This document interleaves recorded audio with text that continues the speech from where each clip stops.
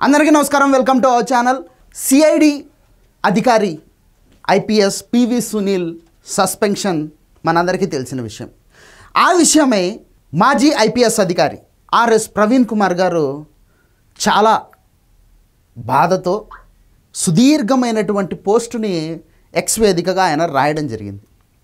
ఆయన ఏం రాస్తాడంటే, తొలుత స్టార్టింగ్లోనే ఒక ఎస్సీ వర్గానికి చెందిన వ్యక్తి ఎక్కడ ఏపీ అంటే ఆంధ్రప్రదేశ్ రాష్ట్రానికి డీజీపీ అయిపోతాడో అనేటటువంటి అక్కసుతో, అంటే అక్కసంట, కడుపు మంట అంట, ఐపీఎస్ ఆఫీసర్ పివి సునీల్ కుమార్ని చంద్రబాబు నాయుడు పవన్ కళ్యాణ్ సస్పెండ్ చేయడాన్ని ఖండిస్తున్నా అని చెప్పేసి ఈయన గారు మాట్లాడటం జరుగుతూ ఉంది.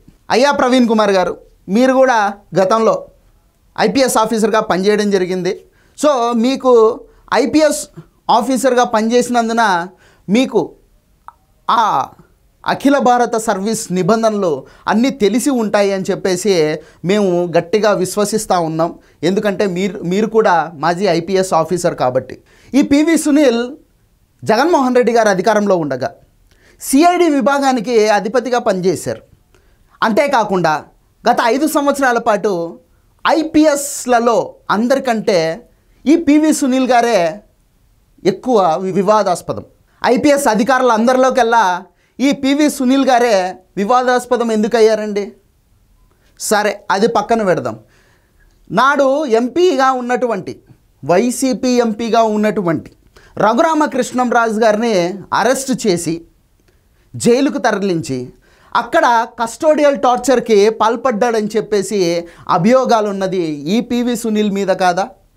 సరే, ఇదంతా పక్కన పెడదాం. అఖిల భారత సర్వీసు నిబంధనలు ఒకసారి చెక్ చేసుకుందాం.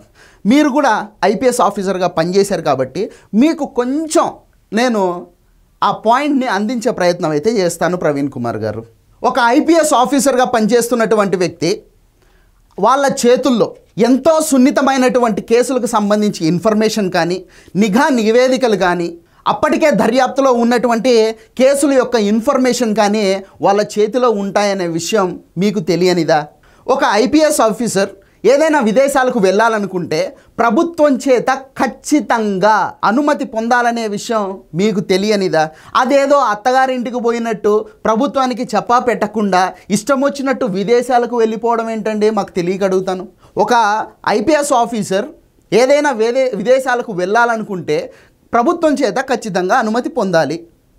అలా అనుమతి లేకుండా విదేశాలకు ట్రిప్పులు వేస్తూ ఉంటే దానిని నేరంగా పరిగణించడం అనేది అఖిల భారత సర్వీసు చేస్తుంది కదా. ఇట్లాంటి అనధికార పర్యటనలు దేశ భద్రత ప్రయోజనాలకు విఘాతం కలిగించేవి అని చెప్పేసి అఖిల భారత సర్వీసు నిబంధనలు చెబుతున్నాయా కాదా? ఆర్ఎస్ ప్రవీణ్ గారు ఇంకా ఏం మాట్లాడతారంటే, సునీల్ కుమార్ సొంత ఖర్చుతో విదేశాలకు వెళ్ళొస్తే మీకు వచ్చిన నొప్పేంటి అని మాట్లాడుతున్నాడు ఈ ప్రవీణ్ కుమార్. అయ్యా, ఆయన గారు సొంత డబ్బులతో వెళ్తారా, లేకపోతే దోచుకున్న అవినీతి సొమ్ముతో వెళ్తారా, లంచాలు తీసుకొని వెళ్తారా? ఇది కాదు ఇక్కడ పాయింట్. నువ్వు ఒక ఐపీఎస్ ఆఫీసర్వి, నువ్వు సర్వీసులో ఉండగా ఇటువంటి అనధికార పర్యటనలు చేయరాదు. ఇది అఖిల భారత సర్వీసు నిబంధనల్లో ఉన్నటువంటి ఒక నిబంధన. నువ్వు ఏదైనా విదేశాలకు పర్యటించాలనుకుంటే ఖచ్చితంగా నువ్వు ప్రభుత్వం చేత అనుమతి పొందాలి. ఇంత చిన్న విషయం ఆల్రెడీ ఐపీఎస్గా పనిచేసినటువంటి మీకు తెలియకపోవడం అనేది ఇక్కడ విచారకరం. ఈయన గారు ఇంకా ఏం మాట్లాడతాడంటే, ఈ పివి సునీల్ సస్పెండ్ అయితే దానికి కులం కార్డు తీసుకొని వచ్చి మాట్లాడుతూ ఉన్నాడు. ఇక్కడ స్టార్టింగ్లోనే ఈయన రాయడం జరిగిందనమాట. ఏమని రాశాడంటే, ఒక ఎస్సీ వర్గానికి చెందినటువంటి వ్యక్తి ఆంధ్రప్రదేశ్ రాష్ట్రానికి ఎక్కడ డీజీపీ అయిపోతాడో అనేటటువంటి కడుపు మంటతో పవన్ కళ్యాణ్, చంద్రబాబు నాయుడు గారి ప్రభుత్వం ఆయన్ని సస్పెండ్ చేసింది అని చెప్పేసి ఈయన మాట్లాడతాడు. ఇంకా కిందికి వెళ్తే ఏం మాట్లాడతాడంటే, ఎస్సీ ఎస్టీలు విమానాలు ఎక్కకూడదా, వాళ్ళ పిల్లలు విదేశాల్లో చదవకూడదా, వాళ్ళను చూడడానికి తల్లిదండ్రులు విదేశాలకు వెళ్ళొద్దా అని చెప్పేసి మళ్ళా మాట్లాడతాడు. ఇంకా ఎంత తప్పుడు మాటలు మాట్లాడతాడంటే ఈయన, ఎస్సీలపై మీరు చేసిన వ్యాఖ్యలను నిజం చేయాలనుకుంటున్నారా? ఉండి ఉండి ఎస్సీల ఇంట్లల్లో పుట్టాలని ఎవరన్నా కోరుకుంటారా అని చెప్పేసి ఈయన మాట్లాడుతూ ఉన్నాడు. అయ్యా, మీరు ఐపీఎస్ నుంచి రిటైర్మెంట్ అయ్యి రాజకీయాల్లోకి వెళ్ళిన తర్వాత మీరు ఒక పొలిటికల్ బ్రోకరు, పొలిటికల్ ప్రాస్టిట్యూటర్ అయిపోయారని చెప్పేసి తెలంగాణ వ్యాప్తంగా ప్రతి ఒక్కరూ మాట్లాడుకుంటున్నటువంటి పరిస్థితి.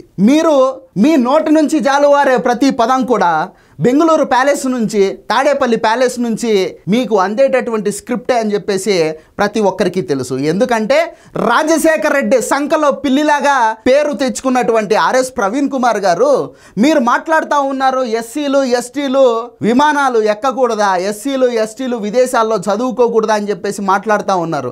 అయ్యా, చంద్రబాబు నాయుడు గారు దళితులకు ఏం చేశారో ఈరోజు నేను ఖచ్చితంగా చెప్తాను, మీరు వినాల్సిందే ఖచ్చితంగా. ఈ దేశానికి మొట్టమొదటి దళిత లోక్సభ స్పీకర్ జిఎంసి బాలయోగి గారు, ఆయన దళితుడే, ఆయన తెలుగుదేశం పార్టీ వాడే. ఆయన్ని లోక్సభ స్పీకర్ని చేసింది నారా చంద్రబాబు నాయుడు గారే.